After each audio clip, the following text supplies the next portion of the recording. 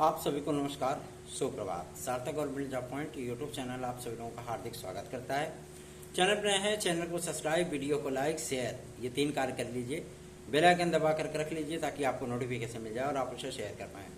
थोड़ी सी अस्वस्थता मेरी चल रही है, जिसकी वजह से मैं चाह करके भी आप सभी लोगों को अपडेट नहीं दे पाता, ठीक है ना।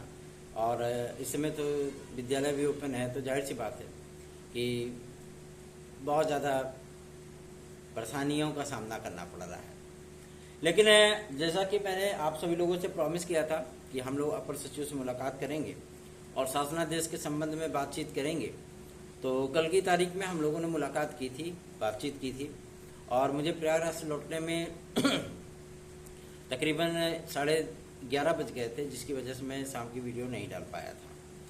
आज उस चीज़ की अपडेट आप सभी लोगों को प्रोवाइड की जाएगी, तो वीडियो में एंड तक जरूर बने रहें और चैनल को सब्सक्राइब ना किया हो तो सब्सक्राइब कर लें। चलिए खबरों की शुरुआत कर लेते हैं। अभी तक तो सिर्फ प्रस्तावों का दौर है और साथ ही साथ बदलावों का दौर है कि ये बदलाव हो रहा है, वो बदलाव। अरे यार, एक दिन में करो ना जो करना है। वेतन बढ़वाना होता है तो मेज थपथपा के बढ़ा लेते हो, सुविधाएं बढ़वानी होती है तो मेज थपथपा के बढ़वा लेते हो। दुइयों सेकंड नहीं लगता है, मेज बस खटखट खटखट खटखट खटखट किए। और जैसे बरसाती मेढक नहीं होते हैं, टर टर टर टर बैठे रहते हैं, बस वो खटखट खटखट करते हैं, तो वैसे ही होता है ना। तो जब ये सारे प्रस्ताव आप लोग 2 सेकंड के अंदर पारित करा लेते हो, तो विद्यार्थियों की समस्याओं को क्यों नहीं ध्यान में रखते आप लोग? रोज वही चीजें हैं समाचार पत्रों में, ये बदलाव हो रहा है, ये कोडिंग हो रही है, ये खटखट हो रहा है, वो धमाका हो रहा है, बस यही चीजें। मतलब एक तरीके से विद्यार्थियों के आत्मसम्मान का, विद्यार्थियों के आत्मविश्वास का, उनके कॉन्फिडेंस का, उनके मेंटल स्थिति का, सारी चीजों का बेड़ा गर्क करके रखा है। अधिकारियों के पास जाओ, अधिकारियों के पास वही सीधा नपातुला जवाब होता है, भैया शासन जब आदेश करेगा तब। शासन के पास जाओ तो कहते हैं कि हमने प्रस्ताव बना के भेज दिया, सारी चीजें फाइनल कर दी। अब समझ में नहीं आता है कि आखिर शासन जिम्मेदार कि अधिकारी जिम्मेदार, और उसमें बीच में पिस रहा है कौन? विद्यार्थी पिस रहे हैं बेचारे। तो समस्याएं किसको होंगी? विद्यार्थियों को ही होंगी, ना तो अधिकारियों को होंगी। भाई उनको पोस्ट मिल चुकी है, वो चाहे किसी भी विभाग में रहेंगे तो उसी पद पे। लेकिन आम समस्या किसको हो रही है? विद्यार्थियों को हो रही है। और वो आम समस्या अब इतनी खास बन चुकी है कि विद्यार्थी कंपटीशन का पूरा माहौल चौपट होता देख विद्यार्थी किसी अन्य धंधों में कूद पड़े हैं। क्या करें बेचारे? जीवन चलाने के लिए कुछ ना कुछ तो करना ही पड़ेगा। मैं ऐसे बहुत से विद्यार्थियों को जानता हूं, कोई दुकान खोल लिया अपनी, कोई जो है 4-5 ई रिक्शा निकलवा दिया, ड्राइवरों से चलवा रहा है, मतलब अपनी अपनी जो है कमाई शुरू कर दिया। क्या कर सकता है इंसान? कितने दिन तक जो है ancient history, medieval history, modern history, स्वतंत्रता संग्राम आंदोलन, भारत का भूगोल, विश्व का भूगोल, कितने दिन तक कोई पढ़ेगा? पर्यावरण और परीक्षा वाणी कितने दिन तक पढ़ेगा कोई? परीक्षाएं होनी नहीं है, विद्यार्थियों का भी ये यकीन हो चला है। तो आज इन तमाम समस्याओं के निराकरण के लिए जिस तरीके से आप लोगों को उम्मीदें थीं कि कुछ परिस्थितियां बदलेंगी, जाहिर सी बात है उन उम्मीदों के अनुरूप ही अपडेट है। तो आप लोग तैयार हो जाइए उस अपडेट के लिए। साथ ही साथ बहुत से विद्यार्थी हमारे पास मैसेज करते हैं और मैं उनके मैसेज का रिप्लाई नहीं कर पाता हूँ। उनको लगता है कि मतलब हफ्ते हफ्ते 10-10 दिन ये व्हाट्सएप देखते ही नहीं है। कंटिन्यूटी आएगी, लेकिन थोड़ा सा आप सभी लोगों को भी पेशेंस रखना होगा, ठीक है ना। थोड़ा सा धैर्य रखिए, कंटिन्यूटी आएगी।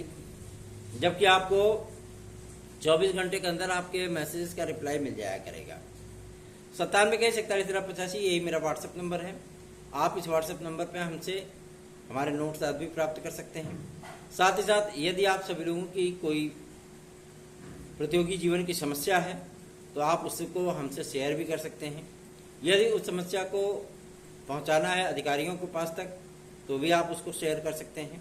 हम कोशिश करेंगे कि ज्ञापन के माध्यम से उन्हें अधिकारियों तक, जनप्रतिनिधियों तक पहुंचाया जाए ताकि आपकी समस्याओं का निराकरण हो सके। एक भाई था, मैंने उनसे कहा कि सहयोग करिए और विद्यार्थियों को जोड़िए, विद्यार्थियों को एकत्रित करिए। चलिए हम लोग चलते हैं लोक सेवा आयोग, चलिए हम लोग चलते हैं शिक्षा सेवा चयन आयोग, कम से कम कुछ डिसीजन तो निकलेगा, है ना। दावा किया उन्होंने कि मैं 200 विद्यार्थियों को लेके आऊंगा।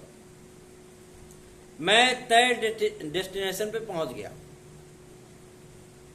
3 घंटे उनका वेट करने के बाद जब उनका फोन मैं लगा रहा हूं, पहले तो फोन काट रहा है, तो उसके बाद फोन स्विच ऑफ हो गया। ऐसी परिस्थितियां हैं, मतलब जिनको आवश्यकता है वही साथ देने के लिए तैयार नहीं। चलिए कोई बात नहीं। कल हम सभी लोगों ने अपर सचिव माध्यमिक शिक्षा से मुलाकात की थी, उनको ज्ञापन दिया और इस संबंध में जानकारी मांगी कि आखिर शैक्षिक अर्हता के संबंध में जो पत्र जारी होना है वो कब तक जारी होगा, और क्या इस बार के टीजीटी पीजीटी में कंप्यूटर साइंस का विषय सम्मिलित किया जा रहा है। नई टीजीटी पीजीटी की वैकेंसी के बारे में क्या अनुमान है, कब तक आ सकती है।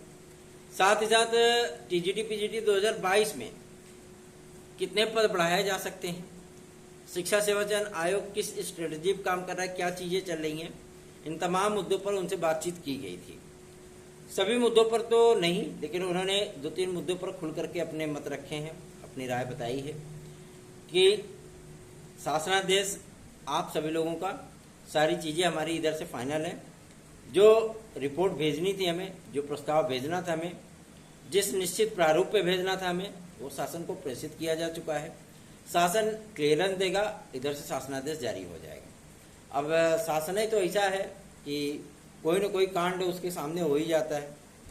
अभी तक चुनाव का मातम था, अब हाथरस का जो है समस्या आ गई है ना। तो जाहिर सी बात है पूरा प्रशासनिक अमला उसी में व्यस्त है। तो लेकिन इतनी भी चीजें होती हैं कि विद्यार्थियों की समस्याओं को भी तो ध्यान में रखना चाहिए। विद्यार्थी जिस बात को लेकर के परेशान रहते हैं वही सारी चीजें अधिकारियों के सम्मुख रखी गई और उन्होंने स्पष्ट कर दिया है कि आप सभी लोगों की समस्याओं का निराकरण 10 जुलाई के अंदर अंदर हो जाएगा। मतलब जो शासन की तरफ से जो लेटर जारी होना है वो जारी हो जाएगा, ठीक है ना। अभी कुछ डिपार्टमेंट ने अपना क्लियरेंस दिया है, अभी प्राथमिक और माध्यमिक दोनों का एक साथ क्लियरेंस होगा। प्राथमिक में बीएड डिग्री धारकों को सम्मिलित करना है, उनको मौका देना है कि नहीं देना है, ये सारी चीजें अब जो है गवर्नमेंट भी इस चीज को समझ रही है, जान रही है कि हमें क्या स्ट्रेटजी अपनानी होगी, क्या चीजें करनी होंगी। तो उसके लिए भी उन्होंने एनसीटी को पत्र लिख दिया, ठीक है।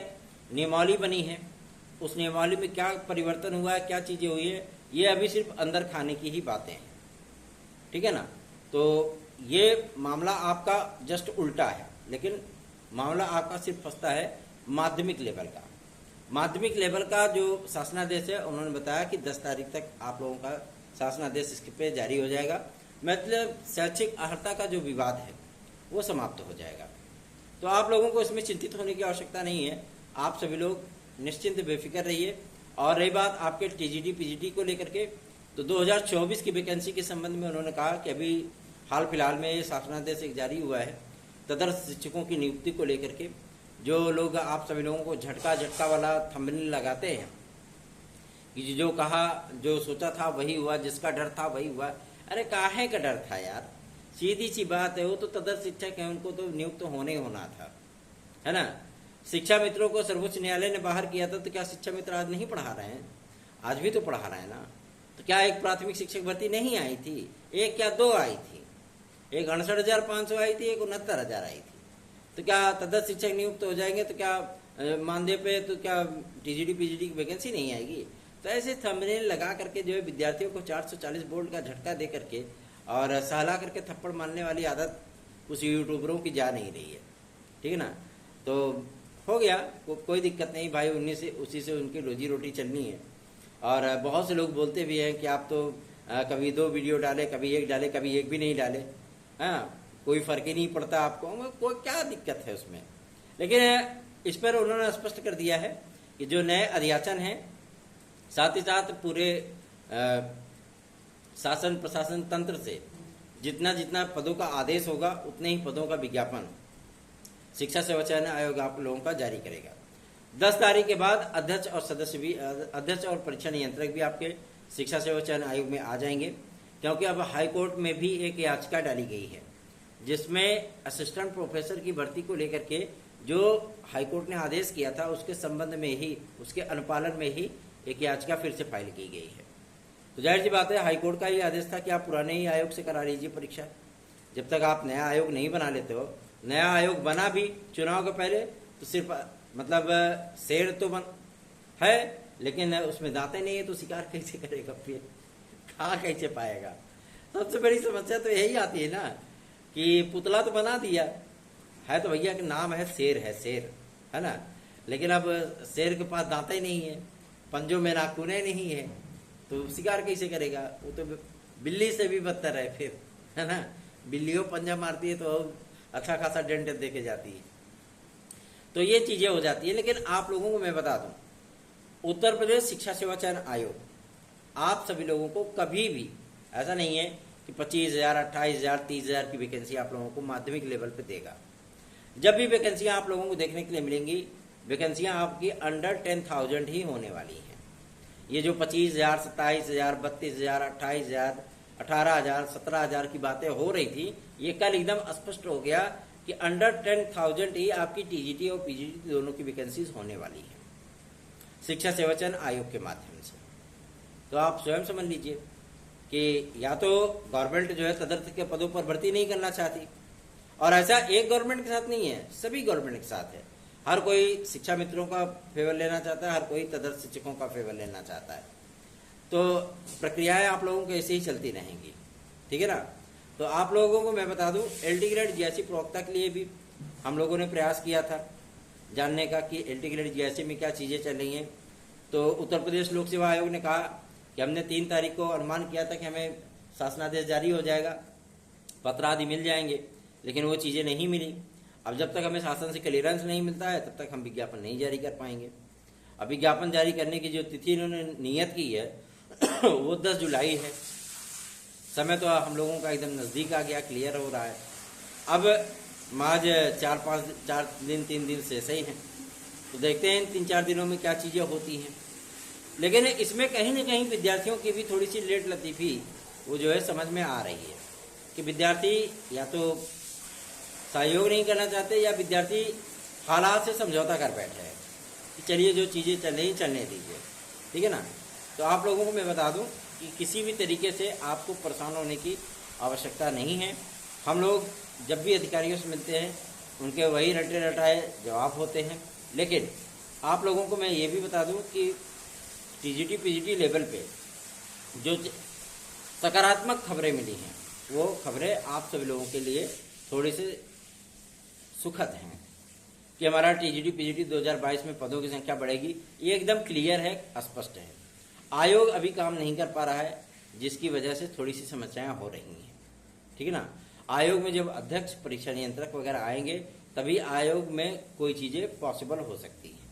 लेकिन आपको मैं एक चीज और भी स्पष्ट कर दूं, लोक सेवा आयोग नए विज्ञापन को लेकर के उनके पास कितने अभी नए विज्ञापनों का जो है जखीरा मौजूद है, मैं आपको बता देना चाहता हूँ। अभी उनके पास नए विज्ञापनों को लेकर के एई का विज्ञापन है, अर्थात सम्मिलित राज्य अभियंत्रण सेवा परीक्षा, ठीक है। एई का विज्ञापन, पीसीएसजे का विज्ञापन, जीडीसी का विज्ञापन, एलटी ग्रेड का विज्ञापन, जीआईसी लेक्चरर का विज्ञापन, ठीक है। और 2-4-5 जो है मतलब आपके ऐसे वैसे विज्ञापन है जो सीधी भर्तियों से होते हैं और इंटरव्यू वाला प्रोसेस नहीं, ठीक है। तो इतने सारे विज्ञापनों के अध्यासन आकर के रखे हैं, वो खुद ही डिस्टर्ब है हमको कौन सा विज्ञापन कब जारी करना है। अखंड शिक्षा अधिकारी को तो हम भूल ही गए, है ना। तो शैक्षिक अर्हताएं सिर्फ एक मामला नहीं है, शैक्षिक अर्हताएं तो आपकी क्लियर है ही। बस ये है कि लोक सेवा आयोग अपने फुल स्ट्रेंथ पे काम तो करें, क्योंकि हमेशा ये अधिकारियों पर उंगली उठी है, हमेशा ही अधिकारियों के नाम भ्रष्टाचार में आए हैं, जिसकी वजह से कहीं न कहीं उत्तर प्रदेश लोक सेवा आयोग की जो एक धमक थी, छाप थी, वो कहीं न कहीं धूमिल हुई है। और विद्यार्थियों का जो विश्वास था, जो भरोसा था, वो भी कम हुआ है। विद्यार्थियों का आज भी सवाल है, सीबीआई के इन्वेस्टिगेशन काहे के लिए रोका गया, काहे के लिए नाम सामने नहीं है, काहे अपराधियों को सजा नहीं मिली? बस वही सवाल के वही जवाब है, जो चीजें चल रही है वही चल रही हैं। तो परिस्थितियां जस की तस तभी होती हैं जब विद्यार्थी सहयोग करना नहीं चाहते, विद्यार्थी अपनी आवाज उठाना नहीं चाहते, और जो उनकी आवाज उठाता है उसका भी वो सहयोग नहीं देना चाहते। तो अधिकारियों को भी लगता है कि यार ये बेवकूफ है, फिर जब ये दूसरों की समस्याएं लेकर के आ रहा है और वही लोग इनका सहयोग नहीं कर रहे हैं तो क्या मतलब है? फिर वही होता है कि आपके मामले सिर्फ और सिर्फ ज्ञापनों में घूमते हैं और डस्टबिन में चले जाते हैं। लेकिन मैं आप लोगों को एक बात स्पष्ट कर दूं, आपके एलटी ग्रेड और जीआईसी प्रवक्ता के लिए जिस तरीके का अब जोर लगाया गया है ये फाइनल करा के ही मानेंगे। आपका एलटी ग्रेड जीआईसी हर हाल में हर कीमत पे विज्ञापन इस जुलाई महीने में आना है, मतलब आना है। शैक्षिक अर्हताएं हो या आप लोगों के एज रिलैक्सेशन का मामला, एज रिलैक्सेशन वाले तो पूरी तरीके से गायब हो गए, क्योंकि उन्होंने भी सोच लिया कि हम ओवर एज हो गए तो काम खत्म अब हमारा। और मैं आप लोगों को बता दूं, जोर का झटका हाय धीरे से लगा, क्यों? क्योंकि तदस्थ शिक्षकों का बीच का रास्ता गवर्नमेंट ने निकाल लिया है।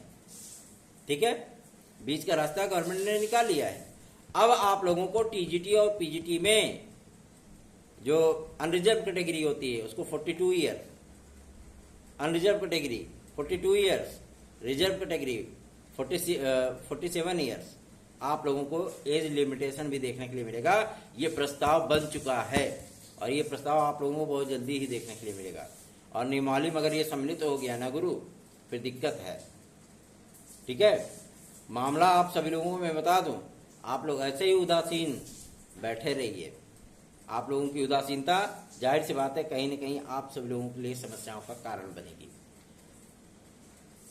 अपर सचिव माध्यमिक शिक्षा ने एक बात और भी स्पष्ट की है कि टीजीटी और पीजीटी में उन्हीं शैक्षिक अर्हताओं में बदलाव किया गया है जो शैक्षिक अर्हताएं आपकी एलटी और जीआईसी से रिलेटेड है।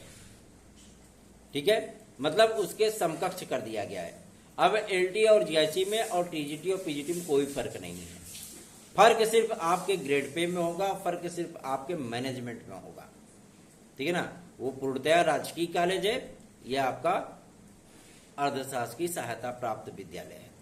बहुत से विद्यार्थी पूछते हैं भैया अर्धशासकीय सहायता प्राप्त विद्यालय क्या है, वही मैं बता रहा हूँ। अभी थोड़ा सी अस्वस्थता चल रही थी जिसकी वजह से चाह करके भी हम एक्टिवेट नहीं रह पाए। ठीक है ना, जिसकी वजह से आप लोगों को थोड़ी सी समस्याओं का सामना करना पड़ा। बहुत से विद्यार्थियों ने हमसे शिकायत की कि भैया आप जो है उतनी पंचुअलिटी नहीं दिखा पा रहे, क्या करें, अस्वस्थ हैं। अस्वस्थता दूर होगी तभी तो कुछ कर पाएंगे ना, है ना। अब जब शरीरें नहीं साथ देगी, बीमार हैं, तो जाहिर सी बात है हम कितना आपका सहयोग कर पाएंगे। ठीक, तो आप लोग भी थोड़ा सा बूस्टअप दीजिए, क्योंकि आपकी के द्वारा दिया गया स्नेह ऑटोमेटिकली जो है वो हालात चेंज कर देता है, वर्ल्ड कप T20 फाइनल की तरह, है ना।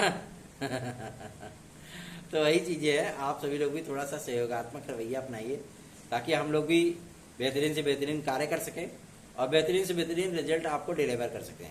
आप लोगों को मैं एक बात और भी स्पष्ट कर दूं, एज रिलैक्सेशन के लिए कल हम सभी लोगों ने ज्ञापन प्रस्तुत किया था उत्तर प्रदेश लोक सेवा आयोग में। इस पर उत्तर प्रदेश लोक सेवा आयोग ने कहा था कि जो भी भर्तियां हमारी होती है वो 21 से लेकर के 40 ईयर तक होती हैं।